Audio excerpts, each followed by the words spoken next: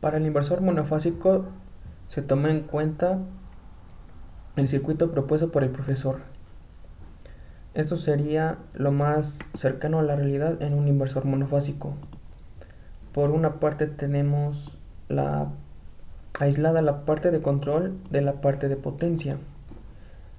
Posteriormente se tienen las señales que entran a los drivers de nuestros interruptores y las señales que salen de esos drivers se mandan a nuestros interruptores ya directamente.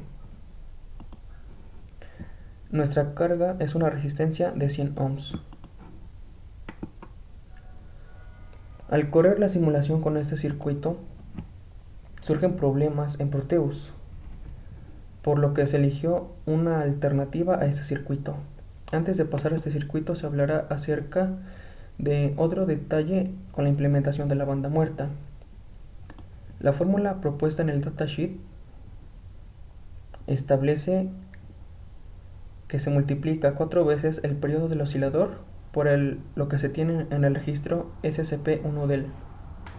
Como resultado tenemos efectivamente 1 milisegundo, pero ese resultado de 250 al implementarlo en el código ocasiona distorsiones en nuestras señales, por lo que se implementó un circuito análogo que básicamente hace lo mismo. Para obtener esa banda muerta de 1 milisegundo, la clave está en esta parte. Si multiplicamos la resistencia por el capacitor, obtenemos ese valor necesitado de banda muerta. Antes de continuar con el próximo circuito, comprobaremos que exista nuestra onda PWM a 10 kHz y posteriormente, al filtrar esa señal, obtengamos una onda senoidal a 60 Hz.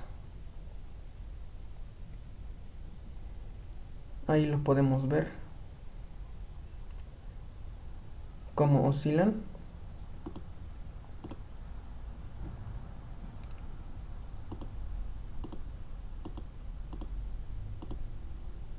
Vamos a medir el periodo de la señal.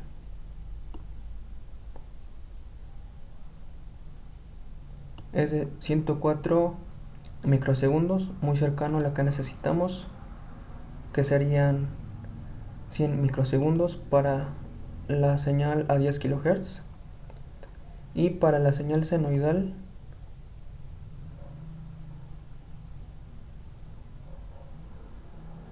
aproximadamente es de 16.9 milisegundos, lo cual está muy cercano a los 16.6 necesarios para una señal a 60 Hz. Este es el circuito alternativo al mostrado anteriormente. Cabe mencionar que este circuito no es de potencia. Se utilizó para simplicidad de simulación. Apreciamos nuestro generador de tiempos muertos, nuestros interruptores, que en este caso son transistores, pero no son de potencia, nuestra carga y el voltaje a la salida también tiene un filtro. Vamos a correr la simulación.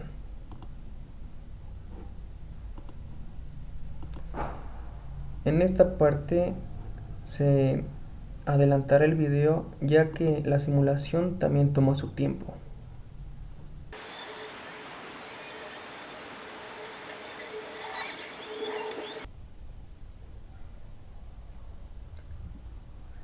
Transcurrido el tiempo necesario, podemos apreciar en el osciloscopio de la derecha, en amarillo, nuestra señal principal PWM y su complementaria, la señal en color rosado. Al filtrar la señal en amarillo, obtenemos la señal en color azul, muy parecido a una onda senoidal, pero no es perfecta, al igual que su complementaria en color verde.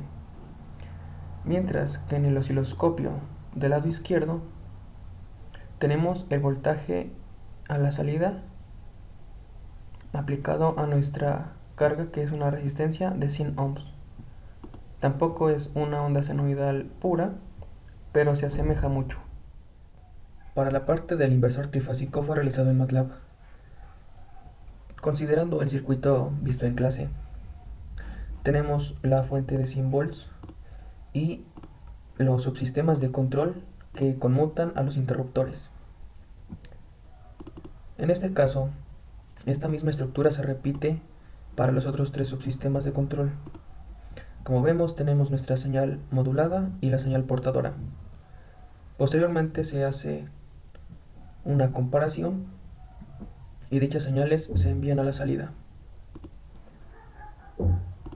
El detalle en estas señales radica en el desfase que tiene la señal modulada. Se indica su frecuencia, que en este caso son radianes sobre segundo igual a 60 Hz. Esta primera fase es de 0 grados. La segunda fase está desfasada por 120 grados, mientras que la tercera fase está desfasada por 240 grados. Todas las señales moduladas tienen una frecuencia de 60 Hz. Posteriormente, estas primeras dos señales de control se envían al primer interruptor y al cuarto. Del subsistema de control 2 se envían al interruptor 2 y al interruptor 5. Y el tercer subsistema envía las señales de control para el interruptor 3 y el interruptor 6. Posteriormente tenemos el filtro LC implementado para tener, o mejor dicho, eliminar armónicos de alta frecuencia y nuestra carga, que en este caso son resistencias. En esta parte tenemos los voltajes antes del filtrado de las señales. En esta parte tenemos todas las señales, tanto como voltajes y corrientes. Y en esta parte tenemos las corrientes que están multiplexadas para que se muestren todas juntas, al igual que los voltajes. Primero vamos a correr la simulación. Y ahora vamos a ver los voltajes. Aquí podemos ver, este es el voltaje de la fase A sin filtrar, el voltaje de la fase B y el voltaje de la fase C.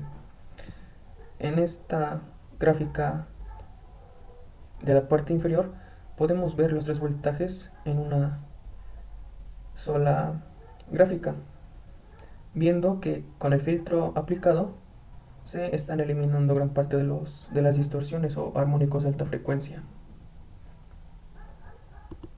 Ahora veremos las demás señales. Estos son los filtros individuales de la fase A. Perdón, los voltajes de la fase A, el voltaje de la fase B y el de la fase C. Y aquí tenemos todos los voltajes en una sola gráfica.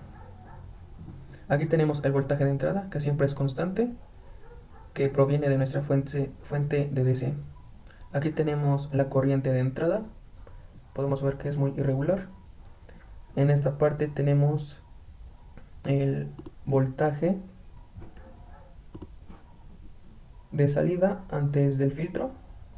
Y por último tenemos las corrientes de las tres fases A, B y C. Podemos ver que el filtro ayuda mucho para tener una onda lo más próximo a una onda senoidal.